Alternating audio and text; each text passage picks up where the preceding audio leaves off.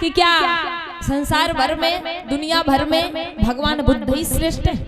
कुछ लोग बहस कर देते इस बात पे। ऐसे ही सीतापुर जनपद में हमारा कार्यक्रम चल रहा था, तो वहां पे एक बूढ़े दादाजी आए, वो कहने लगे कि क्या जो कुछ इस संसार में है तो भगवान बुद्ध ही है, बाकी सब झूठे, बाकी सब बेकार। हमने कहा नहीं, हम ये बात तो नहीं कह सकते कि झूठे बेकार है।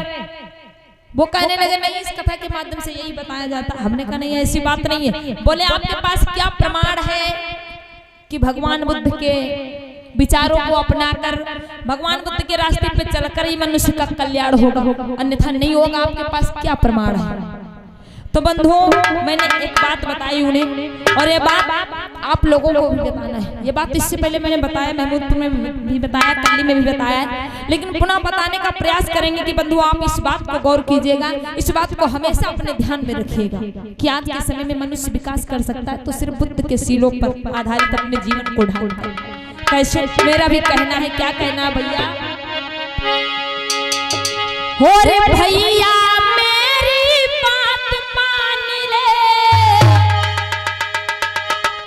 बहना मेरी बात मान ले, समझाने में वो बुद्ध जैसी अरहत सी, बुद्ध जैसी साथी मिले ना। और जमाने में, हाँ जमाने में बुद्ध जैसी साथी मिले ना। और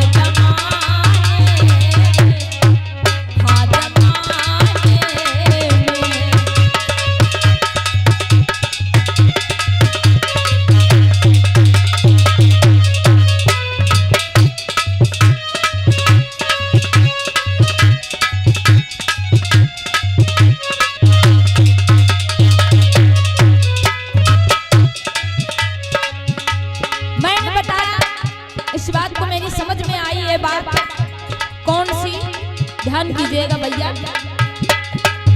कि बुद्ध जैसी सरल जमाने में क्यों नहीं मिल सकती और बुद्ध के बिना कल्याण क्यों नहीं संभव है। इस बात पर गौर कीजिएगा कि बंधुओं, पहले शील में भगवान बुद्ध ने बताया पाणातिपाता बेरमणि शिक्षा पलंग समाधियामि, अर्थात अकारण किसी प्राणी या जीव की हत्या मत करना। एक तरफ बुद्ध ने बताया है पहले शील में कि मानो ये प्राणी तू किसी की हत्या कत्ल मत करना। अगर किसी की हत्या नहीं करेगा, किसी को मारेगा नहीं, किसी को सताएगा नहीं, तो तुझ पर इल्जाम नहीं लगेगा। जहां भी जाएगा हर जगह मान सम्मान तुझे मिलेगा। कोई तुझे बुरी दृष्टि से नहीं देखेगा, कोई तेरी निंदा नहीं करेगा। इसलिए तू हमेशा हिंसा से दूर रहना। बंधुओं, ये बात कही भगवान बुद्ध ने। एक तरफ तो उन्होंने अहिंसा का पाठ पढ़ाया पहले इस शील में। किसने? भगवान बुद्ध ने, कि तू किसी प्राणी या जीव की हत्या कभी मत करना। लेकिन बंधुओं, सब लोगों को मालूम है कि जिन्हें भगवान श्री राम मानते हैं, यहाँ पर हमें किसी प्रमाण से मतलब नहीं है।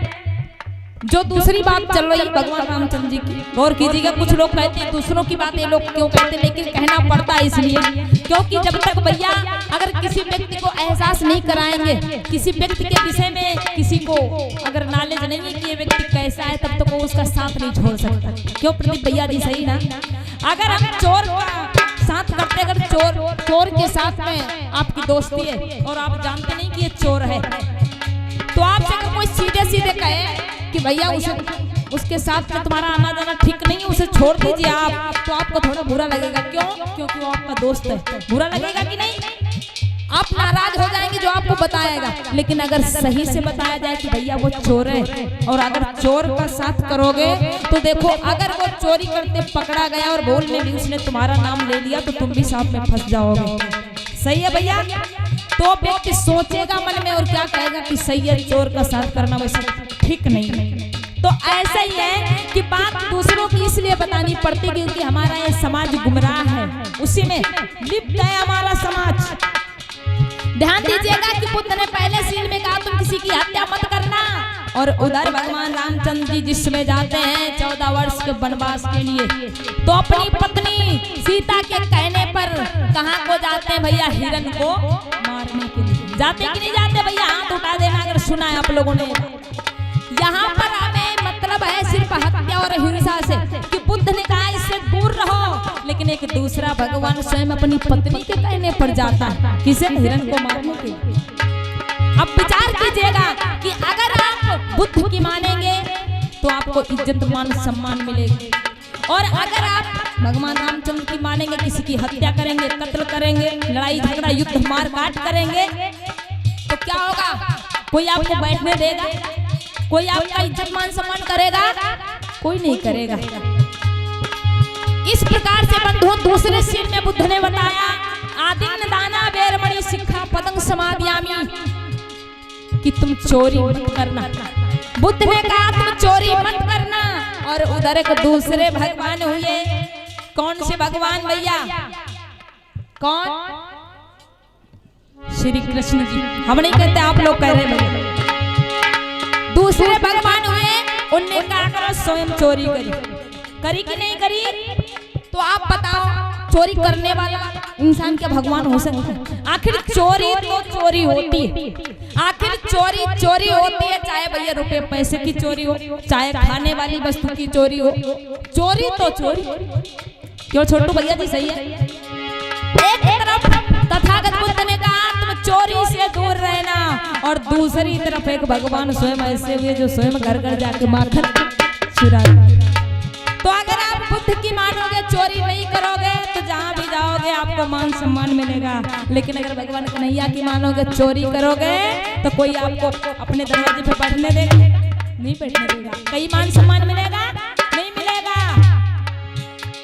और अगर नहीं मानते हो, बुद्ध की नहीं मानते हो, भगवान कन्हैया की मानते हो, तो जाओ माताएं बहनें जहाँ पे बैठी कथा सुन रही, और तुम इनके घर चले जाओ। जैसे वो घर में जाते थे माखन चुराते थे, वैसे इनके घर में चले जाओ, और पीछे से माताएं बहनें पहुंच जाएं, और तुम घर में ही मिल जाओ। जब पूछे क्या करना है, बोलो हाथ जोड़ो अम्मा हमारे भूख लगी, में रोटी लेना है। कहा जब मानेंगी रोटी लेना है, हमारी चप्पलन तुम्हारी चांद साफ कर देंगे कि रात में हमारे घर में कोई ना, क्या करना है हमारे घर में? तुम कितनों कहो कि अम्मा भगवान कन्हैया घर में मक्खन चुराते थे, कब रोटी ना खा सकते चुराई के? कहा मानेंगी? एक बात नहीं मानेंगी, और हल्ला मचा देंगी पूरे गांव में कि हमारे घर में चोरी करना है। तो अगर आप बुद्ध की मानेंगे तो मान सम्मान मिलेगा, अगर भगवान कन्हैया की मानेंगे आज के जमाने में तो सीधे जेल में होंगे। विचार कीजिएगा खुद, इसने कहना है और भैया मेरी बात मान ले, बहना मेरी बात मान ले, समझाने में हो बुद्ध जैसी अरहत सी, बुद्ध जैसी साथी मिले ना और जमाने में, हाँ जमाने में वो बुद्ध जैसी शांति मिले ना और जमाने में, हाँ जमाने में।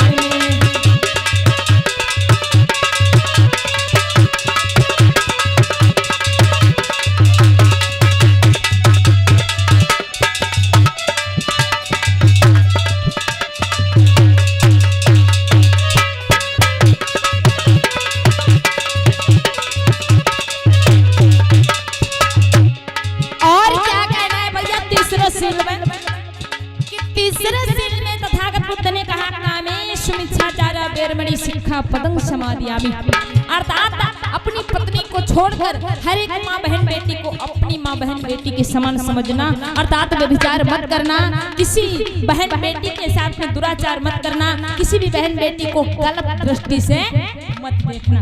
किसने कहा? तथागत बुद्ध ने। अगर ऐसा करोगे तो हर जगह तुम्हें सम्मान मिलेगा। लेकिन एक तरफ तो तथागत बुद्ध ने ऐसी बात कही कि माताओं बहनों का सम्मान करना, और एक तरफ ठीक वही भगवान क्या करते थे, सब लोगों को पता है भैया, जिनकी बात अभी चल रही थी, क्या करते थे कि जब माताएं बहनें जाती थी स्नान करने के लिए, नदियों तालाबों में तो पेड़ पे चढ़ के बांसुरी बजाते थे और माताओं बहनों के कपड़े चुराते थे। सही है, जरा हाथ खड़ा करेंगे सब लोग। बहुत अच्छी बात, सब लोग जानते हैं। तो एक भगवान बताता है कि माताओं बहनों का सम्मान करना, और एक भगवान स्वयं माताओं बहनों का अपमान करता है। क्या वो भगवान है? क्या भगवान कहने योग्य है? नहीं है बंधु। लेकिन कुछ लोगों ने हमारे समाज को गुमराह कर दिया। ढोंगी पाखंडी लोग आते हैं और क्या बताते हैं, इस बात का खंडन करते क्या कहते हैं कि देखो भगवान कन्हैया ने कपड़े जालिए चुराए माताओं बहनों के, कि वो निर्वस्त्र होकर के जल में स्नान करती थी, निर्वस्त्र होकर जल में स्नान करती थी, और जिससे जल में वरुण देवता का वास होता है।